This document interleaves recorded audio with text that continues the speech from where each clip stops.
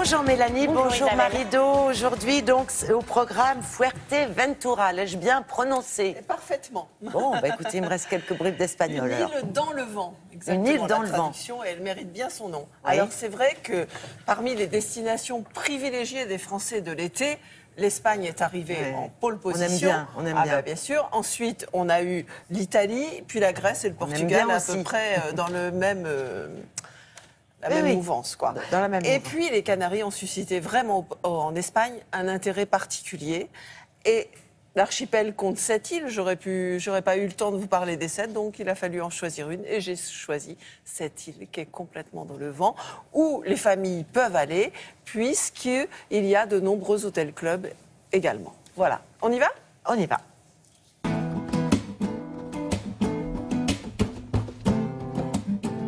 Seul au monde ou pas. Tout est possible aux Canaries. Passeport espagnol sur des terres d'Afrique détachées du continent. Les premiers habitants de l'île de Fuerteventura sont arrivés d'Afrique du Nord. Ils étaient berbères. On est proche de la côte africaine, seulement à 97 km. Ils sont venus en barque avec des animaux, des chèvres, des ânes, des chameaux. Ils ont trouvé une île déserte, sans eau. Et puis, ils ont découvert des plantes autochtones, dont une plante qui s'appelle Cosco, qui contenait de l'eau pour manger et pour s'hydrater.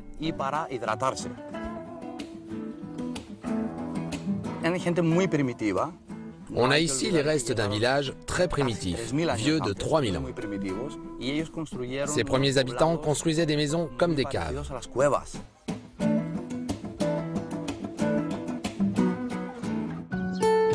Plus tard, les murs ont blanchi, les villages se sont étoffés, sans trop d'habitants pour autant. C'est par cette vallée que les conquérants pénétrèrent dans l'île. Le premier d'entre eux, Jean de Béthencourt, un Normand, passa par cette oasis pour dérober au regard des aborigènes, et sans doute des convoitises des pirates, une statue de la Vierge. Dans le canyon, une chapelle funambule marque l'emplacement de sa cachette. Elle abrite ex-voto et gris-gris, laissés par les randonneurs. À quelques encablures de là, serpents, oiseaux exotiques et coiffes aztèques sur la façade de l'église de Parara. Délaissant le baroque canarien, déjà au XVIIIe siècle, les habitants s'étaient offerts les services d'un architecte mexicain. Fuerteventura possède deux catégories de plages. On a la plage volcanique, au sable noir et gris, et la plage organique, au sable blanc.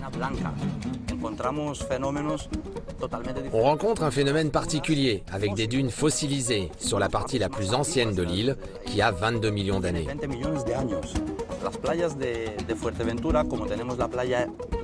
Sur l'île, les plages de la côte est et de la côte ouest sont totalement différentes. La côte est, c'est la côte protégée, alors que la côte ouest est la côte sous le vent. Elle est impraticable à cause des vents et des courants qui sont très très dangereux, comme la plage de Cofete.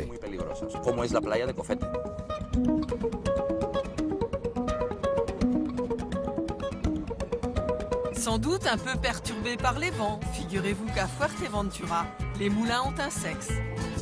Taille de guêpe et ligne mannequin pour les moulins féminins. Le moulin masculin est plus rondouillard, plus ostentatoire. Molino Molina, Fuerteventura est une île dans le vent. Bon, alors, d'une part, les moulins ont un sexe. Ça, Oui, c'est ça, c'est une grosse première information. Grosse info du jour. Ben voilà. Et deuxième chose, je crois que vous recommandez vraiment de faire des excursions. Il y a à voir. Oui, quoi. alors bien sûr, pour les familles, c'est formidable parce qu'il y a des hôtels-clubs en tout inclus, proposés d'ailleurs par Jet Tour, qui en propose 24 sur les Canaries, qui a 24 hôtels, mais 2 hôtels-clubs, rien qu'à Fuerteventura. Mais regardez, il y a une histoire, il y a même de la préhistoire. Et puis on découvre des anecdotes complètement folles, comme les moulins qui ont un sexe, moi je ne le savais pas. Et vous pouvez aussi y aller avec Vueling, qui est la première compagnie aérienne entre la France et l'Espagne, et qui a des liaisons directes sur les îles, sur 3 îles, dont Fuerteventura.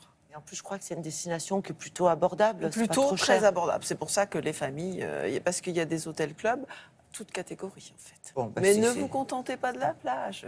D'accord. Allez un petit peu à l'intérieur des terres, c'est passionnant. On va faire, Marido, on va faire. Merci beaucoup. Tout de suite, direction le quartier des antiquaires du Carré Rive Gauche avec Mélanie Griffon. Et c'est le temps.